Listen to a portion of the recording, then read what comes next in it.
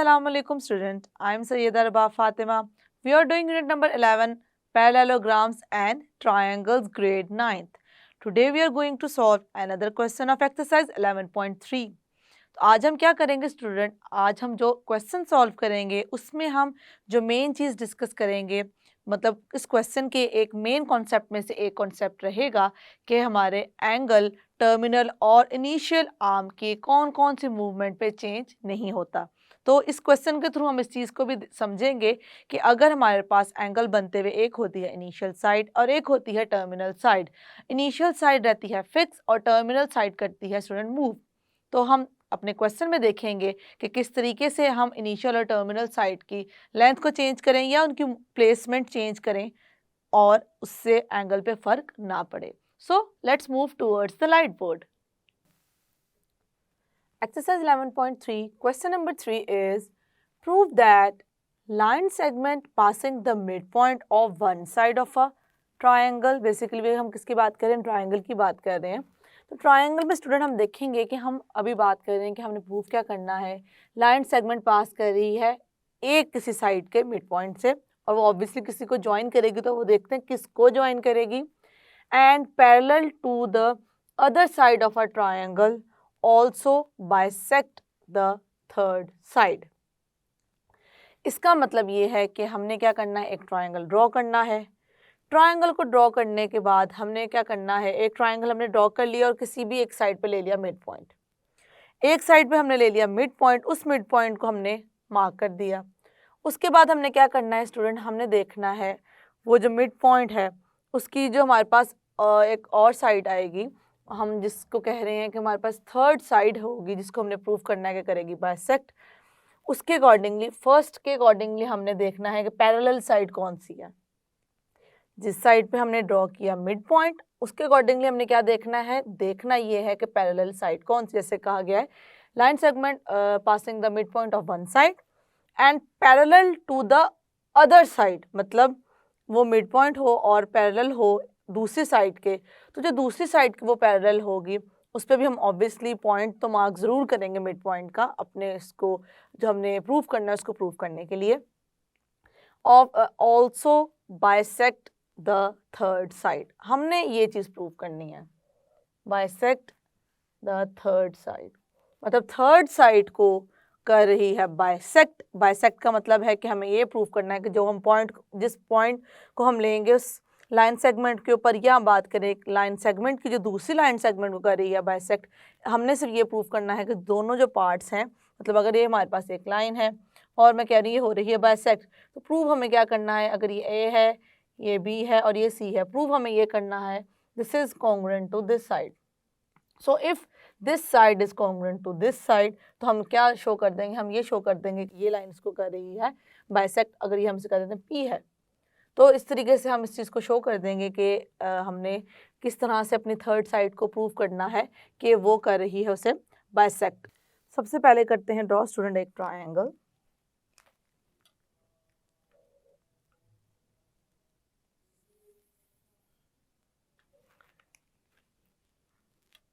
बाकी हमने जो रिमेनिंग करना है वो इसके बाद ही करेंगे, क्योंकि स्टेट में थोड़ी सी कंफ्यूजिंग तब तक रहेगी जब तक हम फिगर के साथ उसको अंडरस्टैंड नहीं करेंगे। तो हम इस तरीके से पहले कर लेते हैं ड्रॉ ट्रायंगल। हम रैंडमली कोई सा भी ट्रायंगल जिस मर्जी शेप का ड्रॉ कर सकते हैं, ज़रूरी नहीं है जैसा मैं कह रही हूँ वैसे करें, बट आप चेंज भी कर सकते हैं। अब हम यहाँ पे मार्क कर देते हैं points. So I am going to mark over here. अब देखिए स्टूडेंट, मैं मार्क इस तरीके से करूँगी और हम फिर अपने करेंगे क्वेश्चन को स्टार्ट कि हमने क्या करना है। सबसे पहले इनको कर लेंगे मार्क और उसके बाद हम इनमें से किसी भी एक साइड का ले लेंगे मिड पॉइंट, जो कि हमें कहा गया prove that mid point passing from the one side. जो वन साइड हमें कही गई है उनमें से हमने इन तीनों में से कोई सी एक को खुद सेलेक्ट करना है। तो ऑब्वियसली हम वो सेलेक्ट करेंगे जिसको हमें थोड़ा सा प्रूव करने में क्या हो, आसानी हो। हम ये साइड भी कर सकते हैं, हम ये साइड भी कर सकते हैं और हम कर सकते हैं ये वाली साइड भी। तो मैं आपको जो साइड करवाऊंगी उससे आप हट के भी साइड ट्राई ज़रूर कीजिएगा। तो हम करते हैं मार्क A, B, C। अब हमने ट्रायंगल को कर लिया है मार्क। अब ट्रायंगल को मार्क करने के बाद आप देखिएगा कि मैं कौन सी साइड चूज़ करने लगी हूँ। मैं चूज़ करने लगी हूँ ये वाली साइड। इस पे मैंने ले लिया मिड पॉइंट। ओके, हमने क्या मेंशन किया कि ए बी का मिड पॉइंट क्या है? ए बी का मिड पॉइंट है R। ये हमने उसके बाद करना क्या है? हमने क्या करना है? हमने ले लिया मिड पॉइंट, फिर parallel to the other side, ये है parallel to the third other side. हमने देखना है कि बेसिकली बात ये है कि मैं इसको लेना चाह रही हूँ किसी के पैरेलल, मतलब ऐसी लाइन सेगमेंट जो कि पैरेलल हो एक और साइड के ट्रायंगल के। तो जाहिर सी बात है एक पॉइंट से तो हम इस चीज़ को शो नहीं कर सकते, क्योंकि हम बात किसकी कर रहे हैं? हम बात कर रहे हैं लाइन सेगमेंट की। तो हमने लाइन सेगमेंट के लिए हमें कोई और भी मिड पॉइंट चाहिए होगा।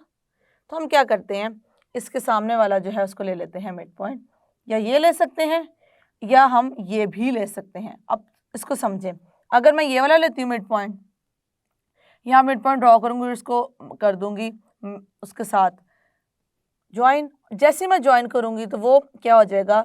अगर मैं यहाँ ज्वाइन करूँगी तो पैरेलल हो जाएगा इस साइड के, और अगर मैं यहाँ ज्वाइन करूँगी ये लाइन पैरेलल हो जाएगी इस साइड के। मतलब इसको हम इस तरीके से अगर देखें, सिर्फ पैरेलल का मैं कॉन्सेप्ट समझाना चाह रही हूँ कि हमने पहले चूज़ कर ली एक साइड, मैंने वो की ये। अब इन दोनों में से मैं कोई किसी एक line segment obviously mid point लूँगी जिसको मुझे चाहिए लाइन सेगमेंट बनाने के लिए। अगर मैं ये ले लेती हूँ तो अब ये चीज़ पैरेलल हो गई है। क्या कहा गया था? पैरेलल होगी अदर साइड के, तो parallel to the other side. अब ये लाइन सेगमेंट क्या होगी? पैरेलल होगी है जो हमारे पास दूसरी साइड है उसके। इसका मतलब है कि हमने इस पे मिड पॉइंट ड्रॉ किया और इस पे मिड, ये हमारे पास हो गया गिवन। उसके बाद हमने यहाँ पे मिड पॉइंट इसलिए चूज़ किया कि हमने इसको पैरेलल रखना था लास्ट जो हमारे पास रिमेनिंग साइड है उसके। तो मैंने यहाँ पे कर लिया, और ऑब्वियसली अगर मैं यहाँ पे करती तो वो पैरेलल साइड ये आ जाती। अब आगे देखते हैं, ये दो काम कर लिए हमने, यहाँ पे मिड पॉइंट भी ले लिया हमने, पैरेलल लाइन भी ले ली। फिर हमने जो बाइसेक्ट वाली चीज़ है वो समझाना चाह रही हूँ, बाइसेक्ट द थर्ड साइड। इसका मतलब ये है कि वो क्या करेगी? बाइसेक्ट करेगी थर्ड साइड को। तो अगर हम ले लेते हैं थर्ड साइड इस तरीके से, ये थर्ड साइड है, this is the third side student. Now you can see here, क्या देखते हैं? एक तो बात ये है कि हमने बाइसेक्ट करने के लिए अगर हम ये वाली साइड ले रहे हैं तो प्रूव ये करना है कि ये और ये हमारे पास जो है लाइन सेगमेंट्स वो क्या हैं? आपस में कॉन्ग्रुएंट हैं, जिस तरह कि मैंने आपको ये बताया। तभी ये वाली लाइन सेगमेंट इसको कर रही है बाइसेक्ट। ठीक है, अगर हम इस तरीके से इसको प्रूव कर देते हैं तो हम ये प्रूव कर पाएंगे कि जो कि स्टेटमेंट में कहा गया है। तो हम ये करेंगे, हमने यहाँ पे एक पॉइंट ले लिया, उसके बाद उस पॉइंट को ज्वाइन करेंगे एक और पॉइंट के साथ ऑब्वियसली, जिसको हमने मेंशन करना पड़ेगा। यहाँ पे वो मैं साइड ले रही हूँ ये, और ऑब्वियसली अगर हम ये वाली इस साइड से करते तो हमने ये प्रूव करना होता कि ये है कॉन्ग्रुएंट इसके। बट ऑब्वियसली हम देखते हैं कि हम किस तरीके से इसको कर रहे हैं स्टार्ट, और फिर किस तरह से करेंगे प्रोसीड। एक पॉइंट ले लिया मैंने R, अब दूसरा पॉइंट मैंने लिया है यहाँ पे, और मैं उसको क्या करूँगी? पैरेलल रखूँगी, इनको किया ज्वाइन, और अब ये क्या हो जाएगी? पैरेलल हो जाएगी हमारे इस साइड के। ओके, यहाँ पे मेंशन कर देंगे Q, this is R, this is Q। अब आर क्यू पैरेलल किसके हो गई है? R Q is parallel to BC। It means हमने एक यूज की ये लाइन सेगमेंट, हमने यूज कर ली ये पूरी पैरेलल लाइन सेगमेंट, ये भी यूज हो गया, ये भी यूज हो गया। इसको सिर्फ हमने यूज किया है लाइन सेगमेंट ड्रॉ करने के लिए। ऑब्वियसली कोई हमें कोई एक साइड तो और चाहिए, कोई एक पॉइंट उस साइड का चाहिए जिससे हम लाइन सेगमेंट ड्रॉ करें, क्योंकि लाइन सेगमेंट के लिए हमें 2 एंड पॉइंट्स चाहिए होते हैं। सिर्फ एक एंड पॉइंट से हम लाइन सेगमेंट ड्रॉ नहीं कर सकते। तो हमने देखा एक हमने ले लिया R, दूसरा हमने खुद चूज किया जो कि हमने क्या कर लिया? Q कर लिया AC लाइन सेगमेंट पे। उसके बाद हमने देखा कि अब आर क्यू किसके पैरेलल है वो देखना है हमने। आर क्यू पैरेलल है BC का, ये भी हमें गिवन है। अब ये भी साइड यूज हो गई, ये साइड इसके आगे पैरेलल, और इसको हमने सिर्फ पॉइंट को ड्रॉ किया है इसके पैरेलल करने के लिए, जो थर्ड साइड थी, मतलब हमारे पास जो अदर साइड थी उसके पैरेलल करने के लिए हमने इस पॉइंट को ड्रॉ किया और ये बनाई लाइन सेगमेंट। अब हमने किस साइड को प्रूव करना है कि वो बाइसेक्ट कर रही है? हमने वो ये वाली साइड है स्टूडेंट जिसको प्रूव करेंगे कि वो कर रही है बाइसेक्ट। इसके लिए क्या करेंगे? हमें प्रूव करना है कि ये हमारे पास लाइन सेगमेंट जो है वो इक्वल है, या अगर हम बात कर मेजरमेंट की बात करेंगे तो इक्वल, और वैसे बात करेंगे लेंथ की तो ये आ जाएंगे आपस में कॉन्ग्रुएंट। अब फर्दर क्या करेंगे, फर्दर हम यहाँ पे भी इसका BC का भी कर लेते हैं मिड पॉइंट, जो कि आ गया ये, और इसको भी कर देते हैं इसके साथ ज्वाइन। यह स्टूडेंट अब हम क्या देख रहे हैं, हमें ये जो है एक पैरेललोग्राम नजर आ रहा है, और थर्ड मिड पॉइंट को भी कर देंगे हम मेंशन एस से। Okay, we have done with this figure now.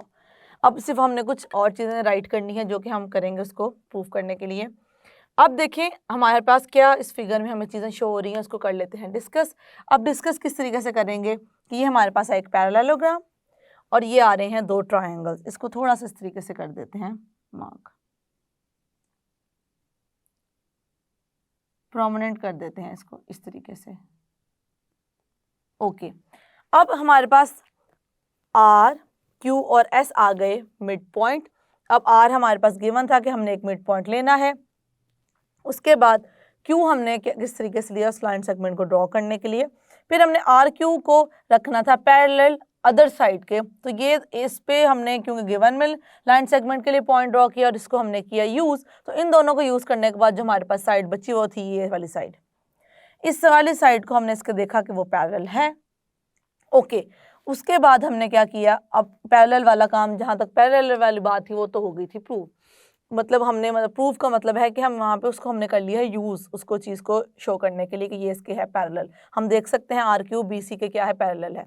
उसके बाद हमने क्या किया, अब हमने प्रूफ करना है कि हमारे पास जो है थर्ड साइड जो कि आएगी ये वाली साइड, इन दोनों को देखने के बाद, यूज़ करने के बाद हमने प्रूफ करना है कि ये क्या कर रही है, बाइसेक्ट। इसके लिए हम अब और क्या करेंगे, हम यहाँ पे कुछ एंगल्स को कर लेंगे मार्क। ये एंगल 1 है, ये 2 है, और ये क्या आ गया 3। अब स्टूडेंट देखें, एक तो हमें नज़र आ रहा है पैरेललोग्राम यहाँ पे, या हम इसे क्वाड्रिलेटरल कह देते हैं अगर हम अभी कंफर्म नहीं है कि पैरेललोग्राम है या नहीं। ये क्वाड्रिलेटरल है, और ये दो क्या हैं हमारे पास, ये दो हैं हमारे पास ट्रायंगल्स। इसका मतलब है कि ये दो ट्रायंगल्स और ये पैरेललोग्राम हमें हेल्पफुल होगा इन दोनों को प्रूव करने के लिए कि ये क्या हैं, दोनों हैं आपस में कॉन्ग्रुएंट। तो जल्दी से इसको अंडरस्टैंड करते हैं, चलते हैं थ्योरम की तरफ। अगर मैं इन दो ट्रायंगल्स को लूँ और प्रूफ कर दूँ कि ये हैं कॉन्ग्रुएंट, तो उसके लिए मुझे ऑब्वियसली अब इन दोनों ट्रायंगल्स में ये और ये साइड आ रही है हमें नज़र, तो हमें सबसे पहले तो इनको भी कुछ ना कुछ डिफाइन करना पड़ेगा। तो सबसे पहले हम जिससे स्टार्ट लेंगे, हम पहले इसको प्रूफ करेंगे ये पैरेललोग्राम है। तो हमें पैरेललोग्राम जैसे ही प्रूफ कर देंगे पैरेलल और कॉन्ग्रुएंट ऑपोजिट साइड के साथ, तो हम इसको कह देंगे कि ये साइड इसके कॉन्ग्रुएंट भी और है इसके पैरेलल भी, ये साइड इसके कॉन्ग्रुएंट भी और ये क्या है पैरेलल भी। फर्दर हमें ये दोनों लेंथ्स का पता चल जाएगा, फिर हम मूव करेंगे इन दोनों ट्रायंगल्स पे। इन दोनों ट्रायंगल्स को हमने प्रूव करना है कि ये हैं आपस में कॉन्ग्रुएंट, और जैसे ही हम कॉन्ग्रुएंट प्रूव कर देंगे स्टूडेंट, तो ये और दोनों साइड्स हो जाएंगी कॉरेस्पॉन्डिंग साइड्स। तो हम मेंशन कर देंगे corresponding sides of congruent triangle are congruent. तो हमें बेसिकली इसको पैरेललोग्राम प्रूव करने के बाद इन एंगल्स पे वर्कआउट करके आना है इस साइड पर। तो सबसे पहले हम जल्दी से कर लेते हैं इसको स्टार्ट, ताकि हम इसको आगे प्रूफ में समझेंगे। रिमेनिंग गिवन में क्या लिखेंगे students, in triangle ABC R is the midpoint, R is the midpoint of, R midpoint है किसका, AB का, AB लाइन सेगमेंट का। और दूसरी चीज़ क्या हमें पता है, एंड अब RQ जो है वो पैरेलल है, RQ is parallel to BC line segment. ये हमने यहाँ पे कर दिया मेंशन, ये था हमें स्टूडेंट गिवन। अब हम राइट करेंगे कि हमने यहाँ पे प्रूफ क्या करना है। To prove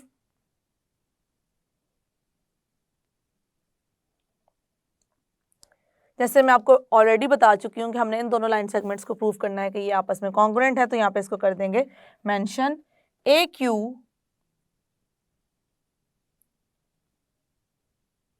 AQ congruent to QC।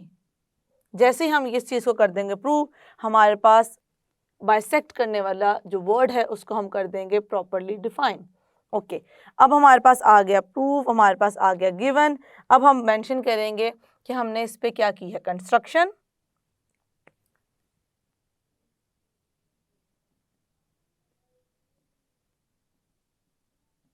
Draw QS, draw QS parallel to AB। जैसा कि हम यहाँ पे देख रहे हैं कि यहाँ पे क्या हमने किया है, इसको ड्रॉ किया है इसके पैरेलल।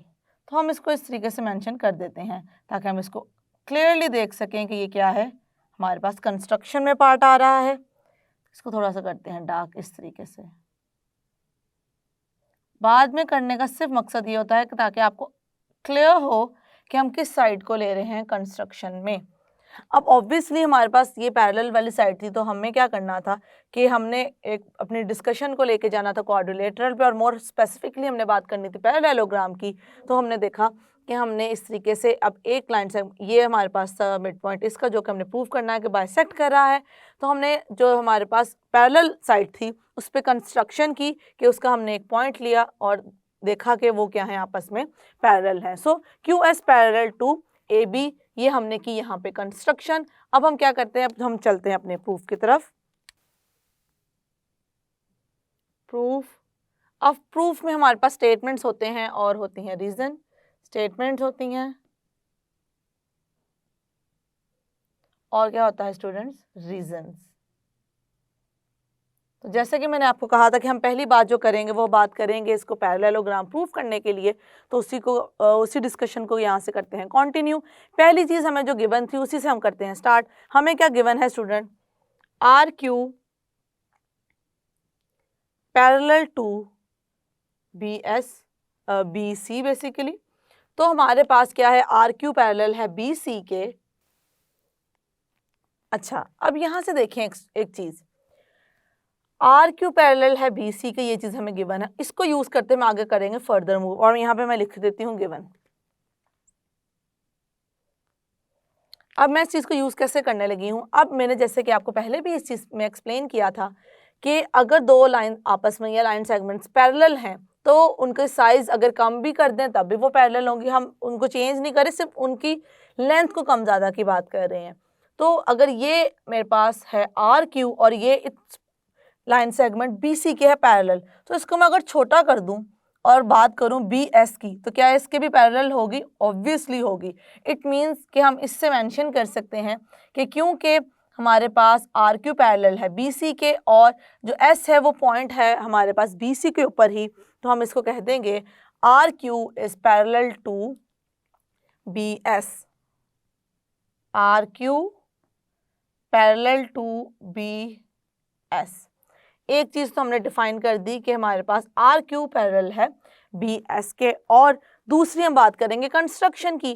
कंस्ट्रक्शन में हमने खुद से QS एक ऐसा यहाँ पे ड्रॉ किया है जो कि पैरेलल हो किसके, AB के पैरेलल हो। और क्योंकि AB के वो पैरेलल है तो सेम कॉन्सेप्ट हम यहाँ पे उसको अप्लाई करेंगे, क्योंकि QS पैरेलल है AB के। तो अगर QS पूरे इस लाइन सेगमेंट के पैरेलल है, तो अगर मैं इसको कर दूं शॉर्ट तो ये इसके भी होगा पैरेलल। तो मैं इसको अब डायरेक्टली यहाँ पे मेंशन करूँगी कि जैसे कि हमारे पास QS है पैरेलल AB के, तो वो पैरेलल होगा RB के। तो हम यहाँ पे मेंशन कर देंगे QS parallel to RB। I hope कि ये आपको समझ में आ गया किस तरीके से हमने इसको लेंथ की सिर्फ बात की, हम लेंथ में चेंजिंग करके देख सकते हैं कि पैरेलल है या नहीं। अब हमने देखा ये साइड पैरेलल है इस साइड के और ये साइड पैरेलल है इस साइड के। तो हमने देखा कि ऑपोजिट साइड क्या आ गई हैं, पैरेलल आ गई हैं। तो हम कहेंगे कि हमारे पास जो कंस्ट्रक्ट हुआ है हमें नज़र आ रहा है पैरेललोग्राम है, क्योंकि इसके ऑपोजिट साइड क्या है, पैरेलल है। ओके, तो अब हम इस चीज़ को यहाँ पे करेंगे mention students. thus RBSQ is a parallelogram।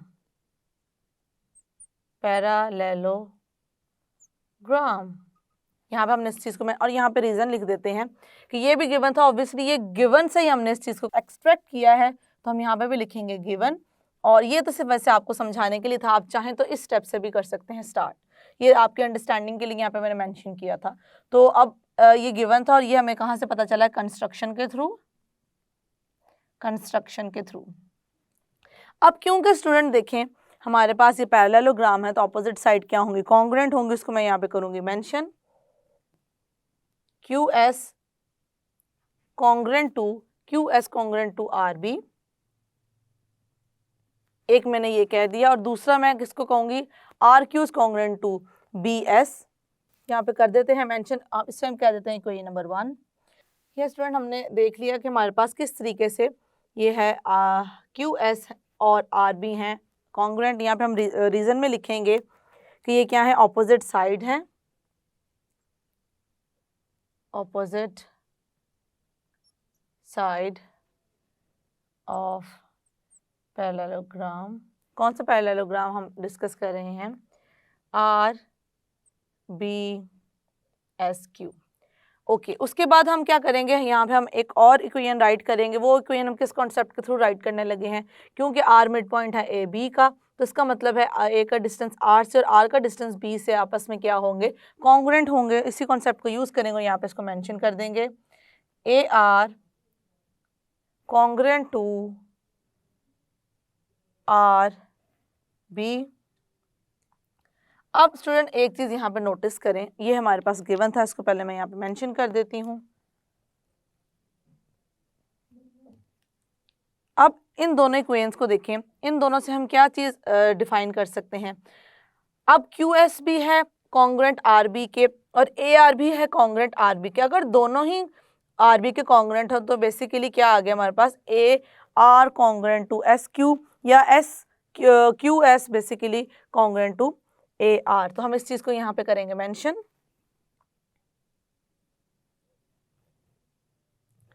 अब हम यहाँ से इसको करने लगे हैं स्टार्ट, मैं यहाँ पे इसको मेंशन करने लगी हूँ, QS कॉन्ग्रुएंट टू AR। ये हमने किस तरीके से कहा है, फ्रॉम 1 and 2, फ्रॉम 1 and 2। अब हमने बेसिकली इन दोनों को क्या कहा है कि ये दोनों हैं आपस में कॉन्ग्रुएंट। अब मैंने जैसे आपको कहा था कि पैरेललोग्राम के बाद हम मूव करेंगे इन दोनों को कंक्लूड करने के लिए, या इसको कॉरेस्पॉन्डेंस लेंगे, कॉरेस्पॉन्डेंस के बाद क्या करेंगे, इन दोनों को प्रूव करेंगे कि दोनों ट्रायंगल्स हमारे पास कॉन्ग्रुएंट। तो ये साइड तो हमने देख ली, ये साइड कॉन्ग्रुएंट है इस साइड के, इस चीज़ को हमने कर लिया डिस्कस। अब आगे इसको देखते हैं फर्दर किस तरीके से लेकर चलेंगे रिमेनिंग अपनी डिस्कशन को। इसको कह देते हैं इक्वेशन नंबर 3। ये हमारे पास क्या आ गई, इक्वेशन नंबर 3 आ गई। अब हम क्या करेंगे, अब हम बात करेंगे एंगल की। अब एंगल पे जो मैं बात करने लगी हूँ उसको ज़रा अच्छे से समझेंगे, क्योंकि उसमें कन्फ्यूजन होने के चांसेस हैं। अब देखिए स्टूडेंट, एंगल कैसे बनता है कि हमारे पास ऑब्वियसली एक इनिशियल एक टर्मिनल साइड है, जब वो आपस में किसी एक एंड पॉइंट पे ज्वाइन करती हैं, उनका एक एंड पॉइंट होता है। तो जब टर्मिनल साइड मूव करना शुरू करती है तो हमारा बनता है एंगल। तो अगर मैंने इस तरीके से एक एंगल बनाया है, ये इस तरह से एंगल है, तो मैंने आपको एक दफ़ा बताया था कि अगर मैं इस रे को बड़ा कर दूं, इन दोनों की अगर बात करूं या सिर्फ इसकी भी बात करूं, ये भी ऐसे है, फिर ये हो जाए ऐसे, फिर हो जाए, एंगल चेंज नहीं होगा। या अगर ये बड़ा होता जाए, एंगल चेंज नहीं होगा। इसका मतलब है कि हम लेंथ को इंक्रीज़ कर लें तो हमारे पास एंगल चेंज नहीं होता। और दूसरी चीज़ एक और है जिसमें हम देख सकते हैं कि हमारे पास एंगल किस तरीके से वही है, मतलब अगर ये चीज़ है, इस चीज़ को उठा के मैं थोड़ा सा आगे ले जाऊं, मतलब ये जो एंगल है एज इट इज़ मैं इसको ले जाऊं इसके पास, क्योंकि हमने देखा है कि RB और QS का हमने क्या देखा है, यहाँ पे RB और QS आपस में क्या है, पैरेलल भी हैं, और RB और QS क्या है, आपस में कॉन्ग्रुएंट भी हैं। अब क्योंकि ये दोनों पैरेलल भी हैं और दोनों क्या है, आपस में कॉन्ग्रुएंट भी है, इसका मतलब है जो लाइन जो हमारे पास लेंथ ये है वही ये है, इसको कम ज़्यादा करने से तो फ़र्क हमें वैसे ही नहीं पड़ता।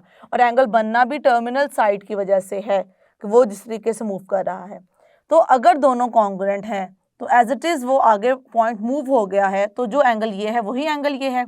ये बस समझने वाला पॉइंट था कि हमने किस तरीके से एंगल 1 और एंगल B को कहना है कि दोनों हैं कॉन्ग्रुएंट।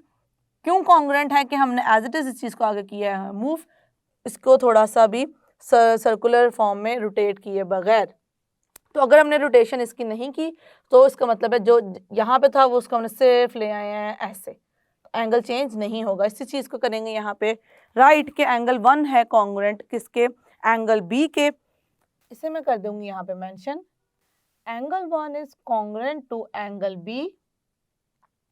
और अब देखते हैं क्या मैंने क्या कहा, एंगल 1 है कॉन्ग्रुएंट एंगल बी के। उसके बाद हम एक चीज़ और यहाँ पे कर सकते हैं, इंक्लूड एंड।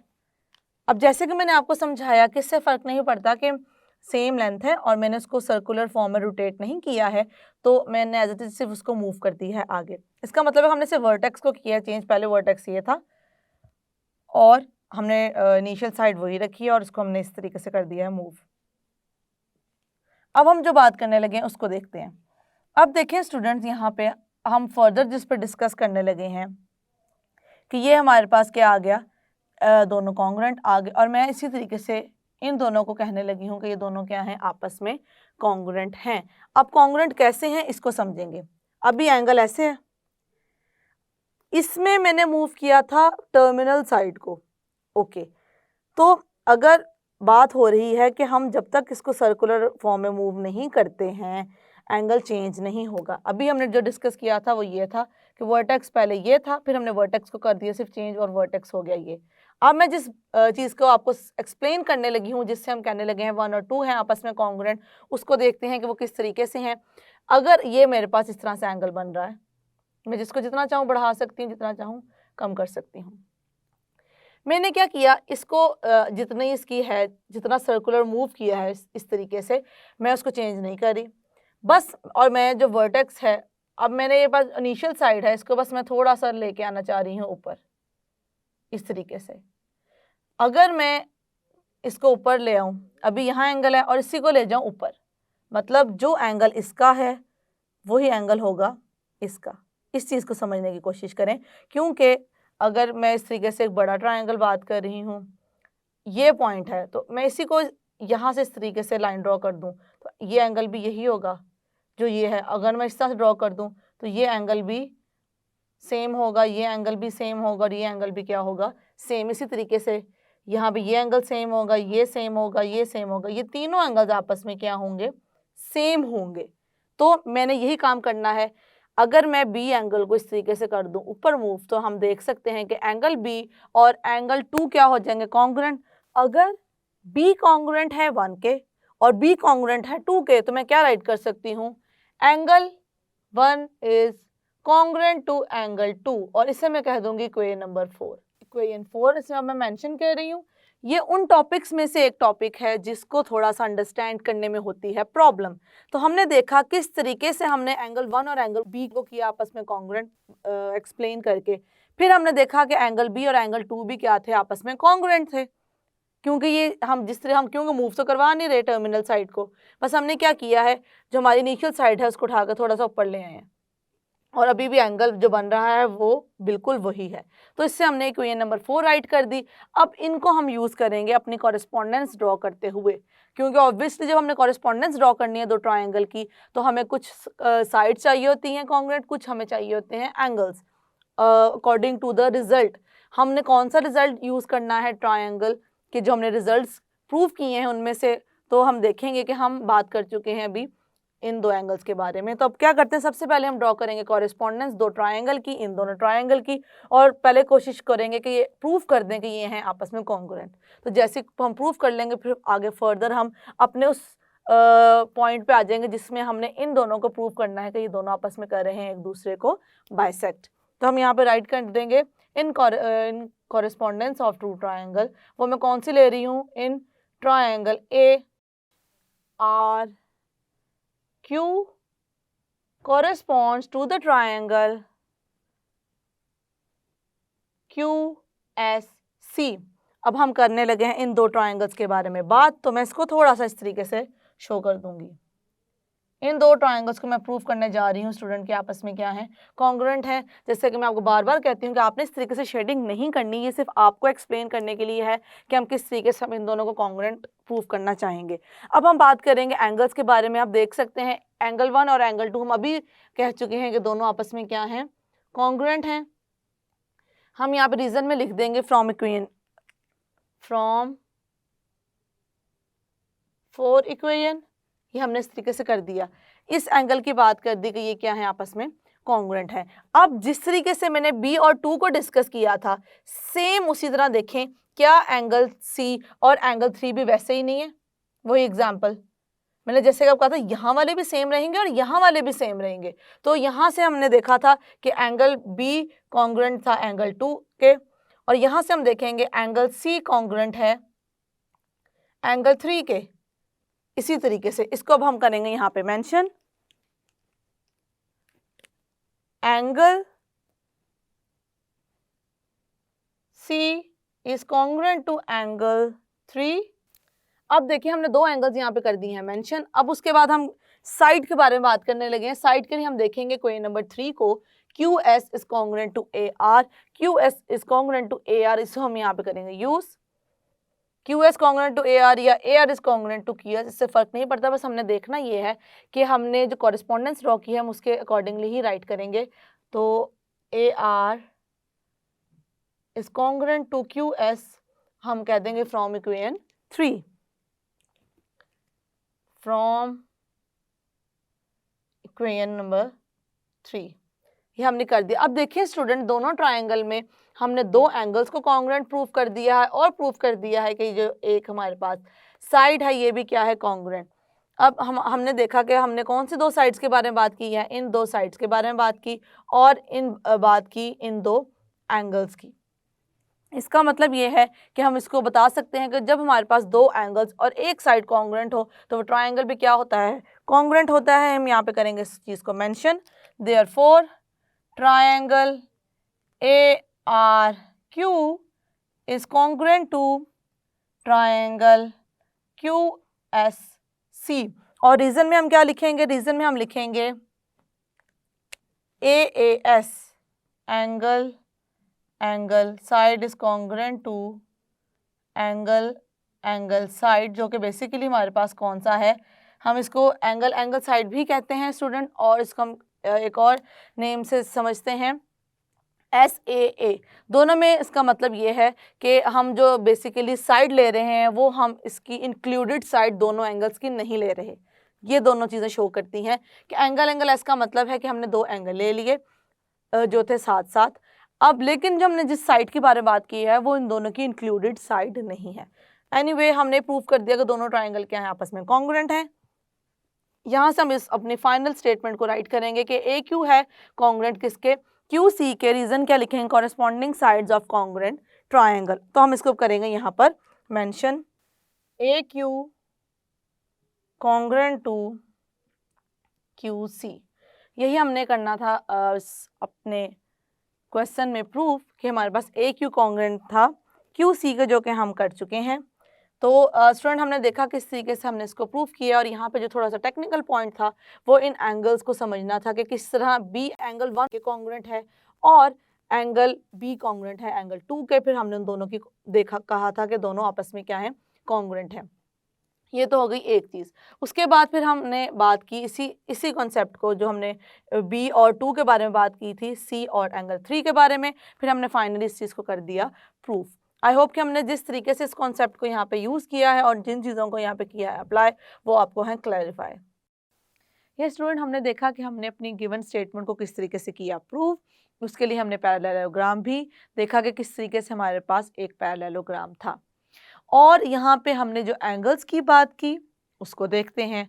हमने एंगल्स को दो तरीके से देखा कि अगर हमारे पास एंगल है और वो है मतलब उसकी हम क्या चेंज नहीं करते, उसकी हम डायरेक्शन चेंज नहीं कर रहे हैं। अगर हम डायरेक्शन चेंज कर देंगे तो ऑब्वियसली तो एंगल हमारा चेंज हो जाएगा। डायरेक्शन चेंज करने का मतलब है उसको मूव कर रहे हैं सर्कुलरली। अगर ये एंगल है और ये क्या है, ये टर्मिनल साइड है और ये क्या है, इनिशियल साइड है। अगर टर्मिनल साइड और इनिशियल साइड में मैं जो एंगल है उसको चेंज ना करूं, बट मैं क्या करूं, इसको थोड़ा सा आगे ले जाऊं ऐसे, मतलब क्या मतलब है इसका, असल में मैंने क्या किया है, वर्टेक्स और जो हमारे पास टर्मिनल साइड है उसको इस पॉइंट से उठा के ले गए हैं, इस पॉइंट से। तो जो एंगल यहाँ था वही एंगल होगा यहाँ पर। एक तो कॉन्सेप्ट ये था कि इससे हमारा एंगल पे फर्क नहीं पड़ता। दूसरी चीज़ हमने क्या पढ़ी थी कि अगर एक हमारे पास ट्रायंगल है तो ट्रायंगल के अगर हम कॉर्नर्स की बात करें तो जो अगर कॉर्नर का जो एंगल है वो वही होगा कि अगर इसको मैं इस वर्टेक्स को लेके चली जाऊं ऊपर, मतलब एक ट्रायंगल आ गया हमारे पास, उसके हमारे पास 3 ऑब्वियसली वर्टिसेस हैं। तो मैं जो कोई भी एक वर्टेक्स को क्या करूं, ऑब्वियसली मैं वर्टेक्स मूव नहीं कर रही, लेकिन मैं अगर एक लाइन ड्रॉ कर दूं ट्रायंगल के दरमियान में, जो कि हमारी बेसिकली थी मिड पॉइंट्स को ज्वाइन करने वाली एक लाइन सेगमेंट थी, उस लाइन सेगमेंट से हमारे पास एक छोटा ट्रायंगल बन गया था। तो जो हमारा इन दो वर्टेक्स का एंगल था, उन दो वर्टेक्स का एंगल भी क्या था, सेम। क्योंकि हमने क्या किया, बस उसको हमें पड़ता है हमारे इनिशियल और टर्मिनल साइड को छोटा या बड़ा करने से लेंथ में एंगल पे फर्क नहीं पड़ता। तो ये दो चीज़ें थी जिससे हमने देखा कि एंगल पे फर्क नहीं पड़ता। और कौन कौन से दो एंगल्स होते हैं जो आपस में होते हैं कॉन्ग्रुएंट, उन्हीं के रिलेशन को यूज़ किया और हमारी जो रिक्वायर्ड स्टेटमेंट थी हमने उससे किया प्रूफ। आई होप कि ये जो कंसेप्ट एंगल्स वाला था वो आपको क्लियर हो गया होगा। See you in the next lecture. अल्लाह हाफिज़।